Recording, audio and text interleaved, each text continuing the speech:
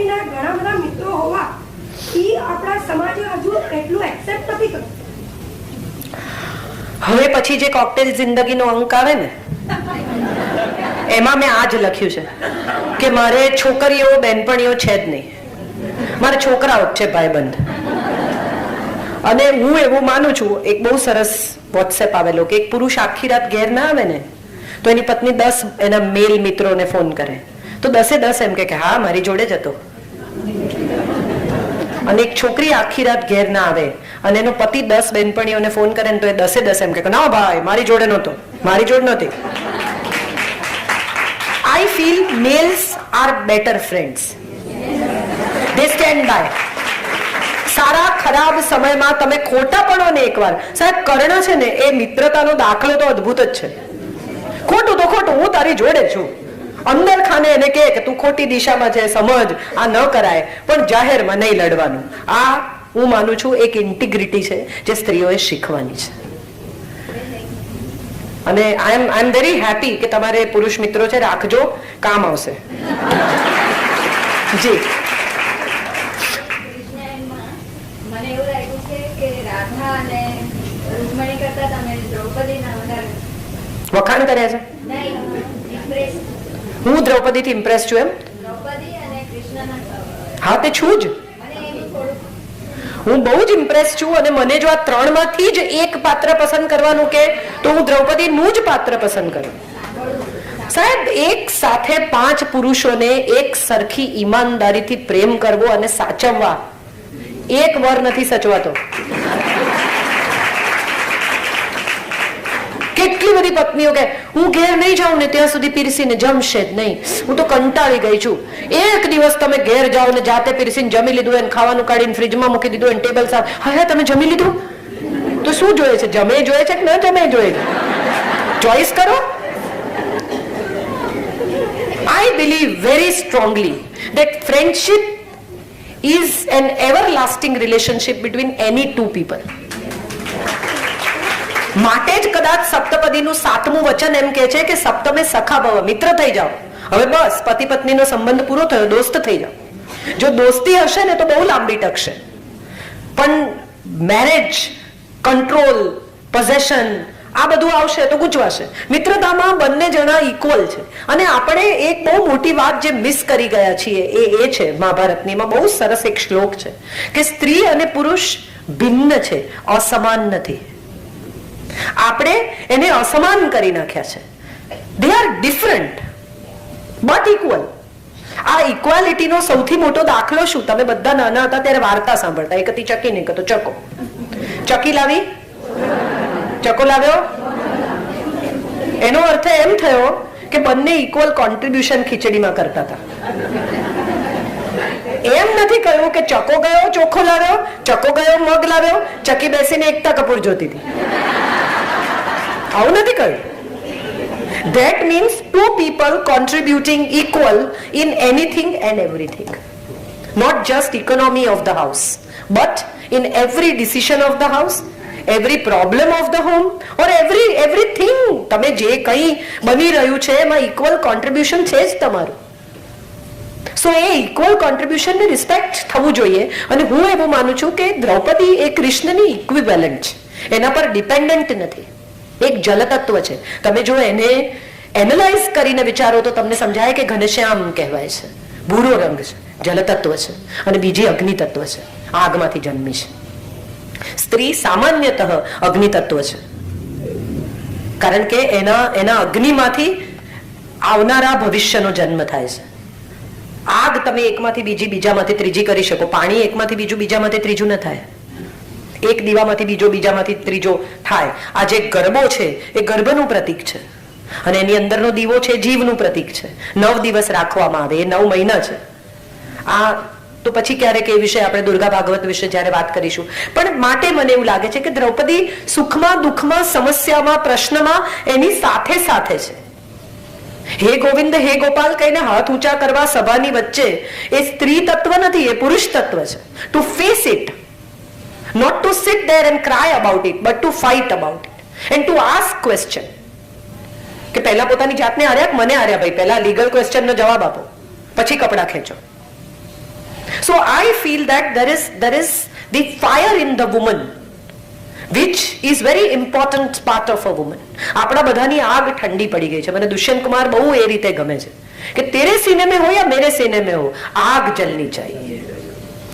सिर्फ हंगामा खड़ा करना मेरा मकसद नहीं. હું ઘણી વાર કહું છું, मेरी कोशिश ये है कि सूरत बदलनी चाहिए. હું આ બધું બોલીને જતી રહું, તમે બધા ઘેર જઈને કહેશો બહુ સારું બોલી. શું બદલાશે એ બહુ અગત્યનું છે. એક ટકો પણ કોઈની જિંદગીમાં કશું બદલાય તો આ કાર્યક્રમ કિન્નરી બેને કરેલો કામનો.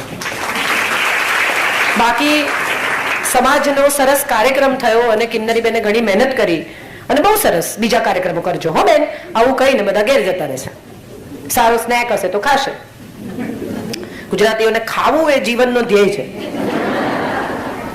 એટલે એવું પણ બને બહારગામ જાય કંટાળે, એમ કે બહુ કંટાળ્યા ભાઈ સાહેબ, હવે થોડા દિવસ બહારગામ જવું છે. તો બહારગામ થી આવે તો પૂછો કેવું રહ્યું, કે ભાઈ સાહેબ થાકી ગયા. તો ગયા શું કામ, થાકેલા જ હતા. So probably what I have felt is this, કે સ્ત્રીઓ માટે આ દ્રૌપદી એક બહુ મોટો દાખલો છે. That's what I like and I like her for what she is. જી એક્સેલન્ટ. તમારા માટે કૃષ્ણની જિંદગીનો કયો સંબંધ મહત્વનો હતો? એક પત્ની સાથેનો, એક મિત્ર સાથેનો, કે એક પ્રેમિકા સાથે? એની જાત સાથેનો. જે સંબંધ કૃષ્ણએ સ્વયં સાથે બાંધ્યો ને એ સંબંધ સૌથી અગત્યનો. તમને ખબર હોય કે તમે મરી જવાના છો, 36 વર્ષ પછી પશુના મોતે મર, આવું તમને કોઈ કહે, તમે અવતાર છો, તમને ખબર છે કે એક સેકન્ડમાં તમે એમ છે કે ચાલ ચાલ ચાલ હવે આવા દે, આવું તમે કહી શકો એમ છો, તેમ છતાં હાથ જોડીને એમ કહેવું ને કે તથાસ્તુ, એ સંબંધ સૌથી અગત્યનો. To know one's own self, to analyze one's own behavior, to love one's own self, and to also keep changing what you think is not right within. તમે ભાગવતમાં જુઓ તો ચમત્કારો છે, બાળ લીલા છે. મહાભારતમાં ક્યાંય એને ચમત્કાર નથી કર્યો. બાળક કરે ચમત્કાર, તમે નાનું છોકરું આમ અમુક ગાંડ પણ કરે તો કે કેવું કરે છે, પણ પછી એ જ વસ્તુ 16-17 વર્ષનો છોકરો કરે તો કે નાનો છે, સારો લાગે છે આવું કરે છે. તો આ વાત લેખકે બહુ સરસ રીતે સમજી છે. નાનું બાળક કરે ને એ કૌતુક હોય, યુવાન માણસ કરે એને કૌતુક ન કહેવાય. એને કૌતુક નથી કર્યું. મહાભારતમાં જ્યાં દાખલ થાય છે ત્યાં દ્રૌપદી સ્વયંવર છે. પહેલી એન્ટ્રી જ ત્યાંથી થાય છે પોલિટિકલ સ્કોલર તરીકે. સો આઈ પર્સનલી ફીલ કે એને સમયની મજા કરી છે. વસ્ત્ર ક્યારે પૂરવા અને ક્યારે હરવા એ વિશેની ક્લેરિટી છે. બાળપણમાં ગોપીઓના વસ્ત્ર હરે તો સારો લાગે, તોફાન કરતો, પણ પછી 25 થી 35 વર્ષનો માણસ વસ્ત્ર હરે તો વિલન કહેવાય.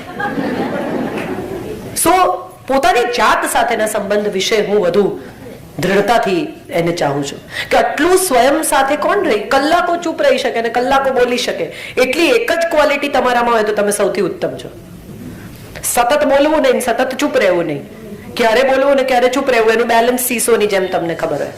હું જે મારી બાજુમાં પ્લેનમાં બેસે એને કહેવા માંડું કે આજે હું આમ બોલવાની છું, એ ચાલુ પ્લેને ઉતરી જાય. અહીં આવીને બોલું તો જ સારી લાગુ.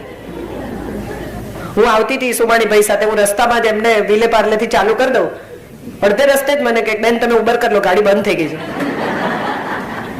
સો you must know what to do when and when not to do. આ કૃષ્ણને આવડે છે અને ત્યારે જ આવડે જ્યારે તમે સ્વયં સાથે સંવાદ કરી શકો.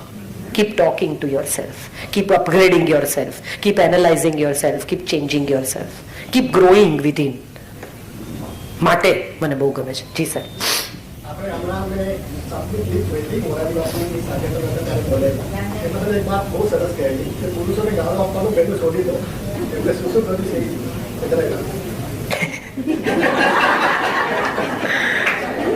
શું કર્યું છે તો એનો તો એક જ મોટામાં મોટો દાખલો એ છે કે મિક્સર, કુકર, વોશિંગ મશીન, આ તમામ વસ્તુઓ પુરુષોએ શોધી છે. સ્ત્રીનું કામ સરળ કરવાનું કામ પુરુષોએ કર્યું. અને તમે બહુ શાંતિથી વિચારો તો તમને સમજાય. એકચ્યુઅલી મેં કહ્યું ને, આ અસમાન નથી, આ ભિન્ન છે, બંને જુદા છે. અસમાન તો આપણે કર્યા. અને ગાળો શું, કોને ગાળો દેવાની? આખો હોય ને સાહેબ ત્યાં સુધી ચણો કહેવાય, છૂટા પડી જાય એટલે દાળિયા થઈ જાય. એટલે આપણે નક્કી કરવાનું કે આ દાળિયા કરી નાખવા છે કે ચણા જ રહેવું છે. બે ઇક્વલ પાર્ટ ઓફ લાઈફ છે, બે ઇક્વલ પાર્ટ ઓફ સૃષ્ટિ છે, પુરુષ અને પ્રકૃતિ. કેટલી સુંદર વાત બનાવી છે ઈશ્વરે. હું એવું માનું છું કે આ વાતને સમજીને પોતાની સાથે, પોતાની આસપાસની દુનિયાને સમજીને ચાહવાનો પ્રયત્ન કરવો જોઈએ. આપણે એ નથી કરી શકતા. આપણને કોન્સ્ટન્ટલી એવું લાગે છે કે અત્યાચાર થાય છે. એકચ્યુઅલી કઈ સ્ત્રી પર અત્યાચાર થાય છે એ મારે જાણવું છે. આવી નાની સાવ ગામડાની જે દીકરીની મેં વાત કરી જામનગરની, એવું કંઈ હોય તો હું સમજી શકું. બાકી આપણામાંથી કોના પર કેટલો અત્યાચાર થયો? તમને એમ કે સાસુ માંદા છે ને આજે હવે તું પિક્ચર જોવા ન જાતો, એને અત્યાચાર ન કહેવાય, આપણે સમજવાનું છે. જી બેન. હા, યુ ઓફકોર્સ.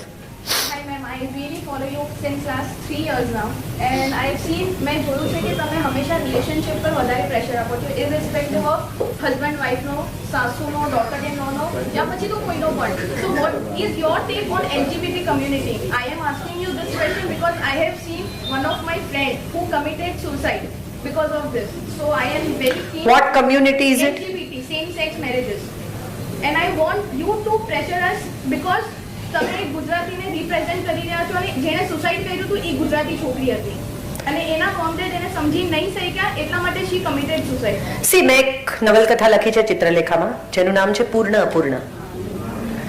જે સમયમાં અને જે મેગેઝિનમાં આ નવલકથા સ્વીકારવામાં આવી ને, એ હું માનું છું કે મારી એડવોકસી છે to have this transsexual or whatever relationship you want to talk about.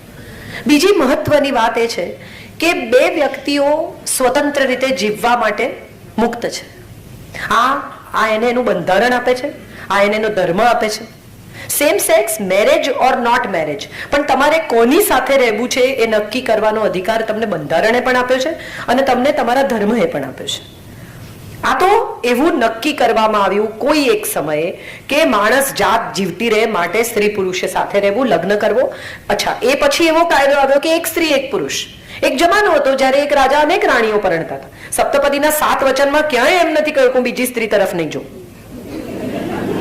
કે સ્ત્રીએ એવું નથી કહેવાનું કે હું બીજા કોઈ પુરુષનો વિચાર કે કલ્પના નહીં કરું. મજાની વાત એ છે કે આપણે ભલે એમ કહીએ કે મને શાહરૂખ પર સોલિડ ક્રશ છે, એનો વાંધો નહીં, પણ જો એ એમ કે દીપિકાના પગ તો જો યાર, બસ હવે આ જ જોવાનું, તમારા જેવડી નથી, છોકરી જેવડી છે. એને વખાણ કર્યા. સાચે એક સુંદર ચીજ છે, એના વખાણ કરો. મેર્લિન મોનરોનો ફોટો કોઈ ક્યાંય કોઈ કોલેજમાં નહીં લગાડે, આઇન્સ્ટાઈન ન લગાડે. કેમ? તો કે બુદ્ધિનું મહત્વ છે. એને પણ ઈશ્વરે જ બનાવ્યો અને મેર્લિનને પણ ઈશ્વરે જ બનાવી. બંને સુંદર ચીજો છે, વખાણ કરો, સ્વીકારો પ્રકૃતિને. આ પ્રકૃતિની સુંદરતા છે. પ્રકૃતિમાં કેટલી બધી વસ્તુઓ એવી છે કે જે અસમાન છે, જે અસ્વીકાર્ય જેવી છે, અને છતાંય પ્રકૃતિ એને સ્વીકારે છે. હું અંગત રીતે એવું માનું છું કે વ્યક્તિ તરીકે કોણે કેવી રીતે જીવવું એમાં કમેન્ટ કરવાનો અધિકાર મને પણ નથી અને વિશ્વમાં કોઈને પણ નથી. પણ એક બહુ જ મહત્વની શરત છે અહીંયા, અને શરત એ છે કે તમે જે કરો છો ને એના પરિણામ ભોગવવાની તૈયારી સાથે કરવાની. આપણો પ્રોબ્લેમ એ છે કે આપણે પરિણામ નથી ભોગવવા. બીજા લોકો આને સ્વીકારે એવો આગ્રહ છે. સ્વીકારે કે ના સ્વીકારે, તમને કરવું છે ને તમે કરો. તમને બોયકોટ કરે છે, મા બાપ નથી બોલતા તમારી સાથે, ના બોલે, તો એ પાછી એમની ચોઈસ છે.